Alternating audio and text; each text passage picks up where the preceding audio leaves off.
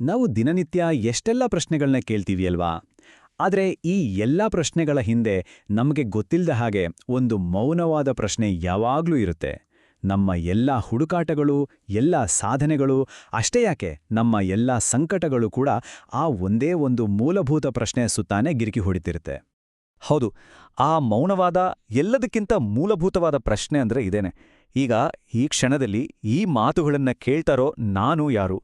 ಈ ನಾನು ಅನ್ನೋ ಭಾವನೆ ಇದು ಎಲ್ಲಿಂದ ಬರುತ್ತೆ? ಇದು ಸುಮ್ಮನೆ ನಮ್ಮ ದೇಹನ ಅಥವಾ ನಮ್ಮ ಮನಸ್ಸ ಅಥವಾ ಇದನ್ನೆಲ್ಲಾ ಮೀರಿ ಬೇರೆ ಏನಾದ್ರೂ ಇದೆಯಾ? ಬನ್ನಿ ಈ ಒಂದೇ ಒಂದು ಪ್ರಶ್ನೆಯನ್ನ ಅರ್ಥ ಮಾಡ್ಕೊಳ್ಳೋ ಪ್ರಯತ್ನ ಮಾಡೋಣ. ಒಂದು ಕ್ಷಣ ಹೀಗೆ ಯೋಚನೆ ಮಾಡಿ ನೋಡಿ. ಒಂದು ವೇಳೆ ನಮ್ಮ ನಿಜವಾದ ಸ್ವರೂಪ ಒಂದು ಶುದ್ಧವಾದ, ಪಾರದರ್ಶಕವಾದ ಸ್ಫಟಿಕದ ಹಾಗೆ ಇದ್ರೆ, ಮತ್ತು ಅದರ ಮೇಲೆ ಬೀಳೋ ಬೇರೆ ಬೇರೆ ಬಣ್ಣಗಳನ್ನೇ ನಾವು ನಮ್ಮ ಗುರುತು ಅಂತ ಅಂದುಕೊಂಡಿದ್ರೆ, ಆ ಬಣ್ಣಗಳು ಸ್ಫಟಿಕದ ಮೇಲೆ ಕಾಣಿಸ್ತಿವೆ ನಿಜ, ಆದರೆ ಅವು ಸ್ಫಟಿಕ ಅಲ್ಲ, ಅವು ಕೇವಲ ತಾತ್ಕಾಲಿಕವಾದ ಪ್ರತಿಫಲನಗಳಷ್ಟೇ. ನಿಜ ಹೇಳ್ಬೇಕು ಅಂದ್ರೆ ನಮ್ಮ ದಿನನಿತ್ಯದ ಜೀವನದಲ್ಲಿ ನಾವಿದನ್ನೇ ಅಲ್ವಾ ಮಾಡ್ತಾ ಇರೋದು. ನನಗೆ ಸುಸ್ತಾಗಿದೆ, ನಾನು ತುಂಬಾನೇ ಖುಷಿಯಾಗಿದ್ದೇನೆ, ನಾನು ಸೋತೋದೆ ಅಂತ ಹೇಳ್ಕೋತೀವಿ. ಇಲ್ನೋಡಿ, ಸುಸ್ತು, ಸಂತೋಷ, ಸೋಲು ಇವೆಲ್ಲವೂ ನಮ್ಮ ಸ್ವರೂಪ ಅನ್ನೋ ಆ ಸ್ಫಟಿಕದ ಮೇಲೆ ಬೀಳೋ ಬಣ್ಣಗಳು. ಆದ್ರೆ ನಾವೇನ್ ಮಾಡ್ತೀವಿ, ಆ ಬಣ್ಣಗಳೇ ನಾನು ಅಂತ ಅದೆಷ್ಟು ಬಲವಾಗಿ ನಂಬಿಬಿಡ್ತೀವಿ. ಈ ಸ್ಫಟಿಕ ಮತ್ತೆ ಬಣ್ಣದ ಕಲ್ಪನೆಯನ್ನ ಇನ್ನೊಂದು ಸರಳ ಉದಾಹರಣೆ ಮೂಲಕ ನೋಡೋಣ. ಒಬ್ಬ ರಾಜನಿಗೆ ಅವನ ರಾಜತನ ಅನ್ನೋದು ಎಲ್ಲಿಂದ ಬರುತ್ತೆ? ಅವನ ಕಿರೀಟ, ಅವನ ಸಿಂಹಾಸನ, ಅವನ ರಾಜ್ಯದಿಂದ ಅಲ್ವಾ? ಒಂದು ವೇಳೆ ಇವೆಲ್ಲ ಇಲ್ಲ ಅಂದ್ರೆ ಅವನ ರಾಜ ಆಗಿರ್ತಾನಾ? ಇಲ್ಲ. ಅವನ ರಾಜತನ ಅನ್ನೋದು ಅವನ ಸಹಜ ಗುಣ ಅಲ್ಲ, ಅದು ಅವನ ಮೇಲೆ ಇರುವ ಬಾಹ್ಯ ಲಕ್ಷಣಗಳು ಮಾತ್ರ. ಈ ರೀತಿ ತಾತ್ಕಾಲಿಕವಾದ ಲಕ್ಷಣಗಳನ್ನೇ ನಾನು ಅಂತ ಅಂಟಿಸ್ಕೊಂಡಾಗ ಅಲ್ಲೇ ಒಂದು ರೀತಿಯ ನಿರಂತರವಾದ ಸಣ್ಣ ಸಂಕಟ ಶುರುವಾಗುತ್ತೆ. ಖುಷಿ ಶಾಶ್ವತವಾಗಿರ್ಬೇಕು, ದುಃಖ ಬರಲೇಬಾರ್ದು, ಯಶಸ್ಸು ನನ್ನನ್ನು ಯಾವತ್ತೂ ಬಿಟ್ಟು ಹೋಗ್ಬಾರ್ದು ಅನ್ನೋ ಈ ಹೋರಾಟ ಇದೆಯಲ್ಲ, ಇದು ಆ ಸ್ಫಟಿಕದ ಮೇಲಿನ ಬಣ್ಣವನ್ನು ಶಾಶ್ವತವಾಗಿ ಹಿಡಿದಿಟ್ಕೊಳ್ಳಕ್ಕೆ ಪ್ರಯತ್ನಪಟ್ಟ ಹಾಗೆ.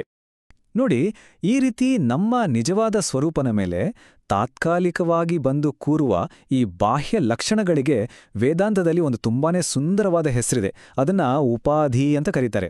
ಉಪಾಧಿ ಅಂದ್ರೇನು? ಅದು ಹತ್ತಿರ ಇರೋದಕ್ಕೋಸ್ಕರ ತನ್ನ ಗುಣಗಳನ್ನ ಇನ್ನೊಂದ್ರ ಮೇಲೆ ವರ್ಗಾಯಿಸಿದ ಹಾಗೆ ಕಾಣುವ ಒಂದು ಅಂಶ. ನಿಜವಾಗ್ಲೂ ಅದು ತನ್ನ ಗುಣವನ್ನು ವರ್ಗಾಯಿಸಲ್ಲ, ಆದರೆ ಹಾಗೆ ಭಾಸವಾಗುವಂತೆ ಮಾಡುತ್ತೆ ಅಷ್ಟೇ. ಇದನ್ನ ಅರ್ಥ ಮಾಡಿಕೊಳ್ಳಕ್ಕೆ ಆ ಸ್ಫಟಿಕ ಮತ್ತು ಹೂವಿನ ಉದಾಹರಣೆ ಅದ್ಭುತವಾಗಿದೆ. ಒಂದು ಬಣ್ಣನೇ ಇಲ್ಲದ ಶುದ್ಧ ಸ್ಫಟಿಕದ ಹತ್ರ ಒಂದು ಕೆಂಪು ಹೂವನ್ನ ಇಟ್ರೆ ಏನಾಗುತ್ತೆ? ಆ ಸ್ಫಟಿಕ ಕೆಂಪಾಗಿ ಕಾಣುತ್ತೆ. ಹಾಗಂತ ಹೂವಿನ ಕೆಂಪು ಬಣ್ಣ ಸ್ಫಟಿಕಕ್ಕೆ ವರ್ಗಾವಣೆ ಆಯ್ತಾ? ಖಂಡಿತ ಇಲ್ಲ. ಹೂವನ್ನ ತೆಗೆದುಬಿಟ್ರೆ ಸ್ಫಟಿಕ ಮತ್ತೆ ತನ್ನ ಶುದ್ಧ ಪಾರದರ್ಶಕ ರೂಪಕ್ಕೆ ವಾಪಸ್ ಬರುತ್ತೆ. ನಮ್ಮ ಮನಸ್ಸಿನ ಭಾವನೆಗಳು ಆ ಹೂವಿನ ಹಾಗೆ. ಅವು ನಮ್ಮ ನಿಜ ಸ್ವರೂಪವಾದ ಅಚಲ ಆತ್ಮದ ಮೇಲೆ ಕೇವಲ ಒಂದು ಬಣ್ಣದ ಭ್ರಮೆಯನ್ನ ತಾತ್ಕಾಲಿಕವಾಗಿ ಸೃಷ್ಟಿಸ್ತವೆ. ಇಲ್ಲಿ ನಾವು ಒಂದು ಸೂಕ್ಷ್ಮವಾದ ವ್ಯತ್ಯಾಸವನ್ನ ಗಮನಿಸಲೇಬೇಕು. ಉಪಾಧಿ ಅಂದ್ರೆ ವಸ್ತುವಿನ ಸಹಜ, ಬೇರ್ಪಡಿಸಲಾಗದ ಗುಣ ಅಲ್ಲ. ಆ ಸಹಜ ಗುಣಕ್ಕೆ ವಿಶೇಷಣಂ ಅಂತಾರೆ. ಉದಾಹರಣೆಗೆ, ಚಂದ್ರನ ಬೆಳಕು ನಮಗೆ ಚಂದ್ರನನ್ನ ತೋರಿಸುತ್ತೆ. ಆದರೆ ಆ ಬೆಳಕು ಚಂದ್ರನ ಭಾಗ ಅಲ್ಲ, ಅದು ಉಪಾಧಿ. ಆದರೆ ಚಂದ್ರನ ಆಕಾರ, ಅದು ಅದರ ಸಹಜ ಗುಣ ಅಂದ್ರೆ ವಿಶೇಷಣಂ. ನಮ್ಮ ಸಮಸ್ಯೆ ಇರೋದು ಇಲ್ಲಿ. ನಾವು ನಮ್ಮ ಸುಸ್ತು, ಸಂತೋಷದಂತಹ ಭಾವನೆಗಳನ್ನ ನಮ್ಮ ವಿಶೇಷಣಂ ಅಂದ್ರೆ ನಮ್ಮ ಸಹಜ ಗುಣಗಳು ಅಂತ ತಪ್ಪಾಗಿ ಭಾವಿಸ್ಬಿಡ್ತೀವಿ. ಹಾಗಿದ್ರೆ ಈ ಉಪಾಧಿಗಳು ಅಂದ್ರೆ ಯಾವುವು? ನಾವು ನಾನು ಅಂತ ಅಂದ್ಕೊಂಡಿರೋ ಈ ಪದರಗಳು ಯಾವುವು? ಬನ್ನಿ ಇದ್ರ ಬಗ್ಗೆ ಸ್ವಲ್ಪ ಆಳವಾಗಿ ನೋಡೋಣ. ವೇದಾಂತವು ಪ್ರಮುಖವಾಗಿ 3 ಶರೀರಗಳನ್ನು ಗುರುತಿಸುತ್ತೆ. ಮೊದಲನೆಯದು ಸ್ಥೂಲ ಶರೀರ, ಅಂದ್ರೆ ನಮ್ಮ ಕಣ್ಣಿಗೆ ಕಾಣುವ ಈ ಭೌತಿಕ ದೇಹ. ನಾನು ದಪ್ಪಗಿದ್ದೇನೆ ಅಥವಾ ನನಗೆ ವಯಸ್ಸಾಗಿದೆ ಅಂತ ಹೇಳಿದಾಗ ನಾವು ಈ ದೇಹದ ಗುಣಗಳನ್ನೇ ನಮ್ದು ಅಂತ ಅಂದ್ಕೊಳ್ತೀವಿ. ಎರಡನೆಯದು ಸೂಕ್ಷ್ಮ ಶರೀರ, ಅಂದ್ರೆ ನಮ್ಮ ಮನಸ್ಸು, ಬುದ್ಧಿ ಮತ್ತು ಭಾವನೆಗಳು. ನಾನು ತುಂಬ ದುಃಖದಲ್ಲಿದ್ದೇನೆ ಅನ್ನೋದು ಈ ಶರೀರದ ಗುಣ. ಇನ್ನು ಮೂರನೆಯದು ಕಾರಣ ಶರೀರ, ಅಂದ್ರೆ ಗಾಢ ನಿದ್ರೆಯಲ್ಲಿ ನಮಗೇನೂ ಗೊತ್ತಿಲ್ಲದ ಹಾಗೆ ಇರುತ್ತಲ್ಲ, ಆ ಅಜ್ಞಾನದ ಸ್ಥಿತಿ. ಇದೇ ರೀತಿ ನಮ್ಮನ್ನ 5 ಕವಚಗಳು ಅಥವಾ ಕೋಶಗಳು ಆವರಿಸ್ಕೊಂಡಿವೆ ಅಂತಾನೂ ಹೇಳಲಾಗುತ್ತೆ. ಅನ್ನಮಯ ಕೋಶ ಅಂದ್ರೆ ನಮ್ಮ ಭೌತಿಕ ದೇಹ, ಪ್ರಾಣಮಯ ಕೋಶ ಅಂದ್ರೆ ನಮ್ಮ ಪ್ರಾಣಶಕ್ತಿ, ಮನೋಮಯ ಕೋಶ ಅಂದ್ರೆ ನಮ್ಮ ಭಾವನೆಗಳು, ವಿಜ್ಞಾನಮಯ ಕೋಶ ನಮ್ಮ ಬುದ್ಧಿ ಮತ್ತು 5ನೇದು ಆನಂದಮಯ ಕೋಶ ಅಂದ್ರೆ ಗಾಢನಿದ್ರೆಯಲ್ಲಿ ನಾವು ಅನುಭವಿಸುವ ಆನಂದ. ಇವೆಲ್ಲವೂ ಕೇವಲ ಪದರಗಳು ಅಷ್ಟೇ, ನಾನಲ್ಲ. ಇವೆಲ್ಲವೂ ಉಪಾಧಿಗಳು. ಇಲ್ಲಿ ಗಮನಿಸಬೇಕಾದ ಒಂದು ಅತಿ ಮುಖ್ಯವಾದ ಅಂಶ ಅಂದ್ರೆ ಆ ಆನಂದಮಯ ಕೋಶ ಇದೆಲ್ಲ, ಅಂದ್ರೆ ಅತ್ಯಂತ ಸುಖವಾದ ಆನಂದದ ಅನುಭವ, ಅದೂ ಕೂಡ ಒಂದು ಉಪಾಧಿಯೇ. ಅದೂ ಕೂಡ ನಮ್ಮ ಸ್ಫಟಿಕದ ಮೇಲೆ ಬೀಳುವ ಒಂದು ಸುಂದರವಾದ ಬಣ್ಣ ಅಷ್ಟೇ. ಅದು ಸ್ಫಟಿಕದ ನಿಜ ಸ್ವರೂಪ ಅಲ್ಲ. ನಾವು ಇಷ್ಟು ಸೀಮಿತರು ಅನ್ನೋ ಈ ಭಾವನೆ ಇದೆಯಲ್ಲ, ಇದನ್ನ ಇನ್ನೊಂದು ಅದ್ಭುತವಾದ ದೃಷ್ಟಾಂತದ ಮೂಲಕ ಅರ್ಥ ಮಾಡ್ಕೊಳ್ಬೋದು. ಒಂದು ಮಡಕೆಯೊಳಗಿನ ಆಕಾಶವನ್ನ ಘಟಾಕಾಶ ಅಂತ ಕರೀತಾರೆ. ನೋಡಕ್ಕೆ ಅದು ಆ ಮಡಕೆಯ ಆಕಾರದಲ್ಲಿ ಸೀಮಿತವಾಗಿದೆ ಅಂತ ಅನ್ಸುತ್ತೆ. ಆದ್ರೆ ಆ ಮಡಕೆಯನ್ನ ಒಡೆದಾಕಿದ್ರೆ ಏನಾಗುತ್ತೆ? ಒಳಗಿದ್ದ ಆಕಾಶ ಹೊರಗಿರೋ ಅನಂತ ಆಕಾಶದ ಜೊತೆ ಒಂದಾಗ್ಬಿಡುತ್ತೆ. ಅಂದ್ರೆ ಅದು ಮೊದಲಿಂದಲೂ ಒಂದೇ ಆಗಿತ್ತು. ಆ ಮಡಕೆ ಅನ್ನೋದು ಕೇವಲ ಒಂದು ಉಪಾಧಿಯಾಗಿ ಆ ಸೀಮಿತತೆಯ ಭ್ರಮೆಯನ್ನ ಸೃಷ್ಟಿ ಮಾಡಿತ್ತು ಅಷ್ಟೇ. ನಮ್ಮ ದೇಹವೇ ಆ ಮಡಕೆ. ಹಾಗಿದ್ರೆ ಈ ಮಡಕೆ ಹಾಗೆ ಇರೋ ನಮ್ಮ ದೇಹ, ಮನಸ್ಸು ಇವೆಲ್ಲ ಪೂರ್ತಿಯಾಗಿ ಸುಳ್ಳಾ? ಇಲ್ಲ. ವೇದಾಂತದ ಪ್ರಕಾರ ಅವು ಮಿಥ್ಯಾ. ಮಿಥ್ಯಾ ಅಂದ್ರೆ ಯಾವುದರ ಅಸ್ತಿತ್ವವು ಇನ್ನೊಂದನ್ನ ಅವಲಂಬಿಸಿರುತ್ತೋ ಅದು. ಉದಾಹರಣೆಗೆ, ಸಮುದ್ರದಲ್ಲಿನ ಅಲೆ. ಅಲೆ ಇದೆ, ಅದು ಸತ್ಯ. ಆದರೆ ಸಮುದ್ರ ಇಲ್ಲದೆ ಅಲೆಗೆ ಸ್ವತಂತ್ರವಾದ ಅಸ್ತಿತ್ವ ಇದೆಯಾ? ಇಲ್ವೇ ಇಲ್ಲ. ಹಾಗೆಯೇ ನಮ್ಮ ದೇಹ, ಮನಸ್ಸು ಇವೆಲ್ಲವೂ ಚೈತನ್ಯವನ್ನ ಅವಲಂಬಿಸಿವೆ. ಇದೇ ತತ್ವವನ್ನ ನಾವು 2 ಹಂತಗಳಲ್ಲಿ ನೋಡಬಹುದು. ವೈಯಕ್ತಿಕ ಮಟ್ಟದಲ್ಲಿ, ಅಂದ್ರೆ ನಮ್ಮ ದೇಹ, ಮನಸ್ಸು ಅನ್ನೋ ಈ ಸಣ್ಣ ಉಪಾಧಿಯ ಮೂಲಕ ಕಾಣುವ ಚೈತನ್ಯವೇ ಜೀವ. ಅದೇ ಸಮಗ್ರ ಮಟ್ಟದಲ್ಲಿ ಇಡೀ ಜಗತ್ತು ಅನ್ನೋ ದೊಡ್ಡ ಉಪಾಧಿಯ ಮೂಲಕ ಕಾಣಿಸ್ಕೊಂಡಾಗ ಅದೇ ಚೈತನ್ಯವನ್ನ ಈಶ್ವರ ಅಂತ ಕರೆಯಲಾಗುತ್ತೆ. ಆದರೆ ಈ 2 ಉಪಾಧಿಗಳನ್ನ ದಾಟಿ ನೋಡಿದಾಗ ಉಳಿಯೋದು ಮಾತ್ರ ಶುದ್ಧವಾದ ಚೈತನ್ಯ. ಆಚಾರ್ಯ ಶಂಕರರು ಇದನ್ನ ಎಷ್ಟು ಸುಂದರವಾಗಿ ವಿವರಿಸ್ತಾರೆ ಗೊತ್ತಾ?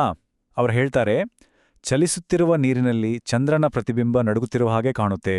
ಆದರೆ ಆಕಾಶದಲ್ಲಿರುವ ನಿಜವಾದ ಚಂದ್ರ ಸ್ಥಿರವಾಗಿರ್ತಾನೆ. ಹಾಗೆಯೇ ನಮ್ಮ ಮನಸ್ಸಿನ ಚಂಚಲತೆಗಳು ನಮ್ಮ ನಿಜ ಸ್ವರೂಪವನ್ನೇ ಬಾಧಿಸುತ್ತಿವೆ ಅಂತ ನಮಗೆ ಭಾಸವಾಗುತ್ತೆ. ಆದರೆ ಆತ್ಮವು ಯಾವಾಗಲೂ ಸ್ಥಿರ, ಅಚಲ. ಹಾಗಾದ್ರೆ ಈ ಉಪಾಧಿಗಳಿಂದ ಹೊರಬರೋದು ಹೇಗೆ?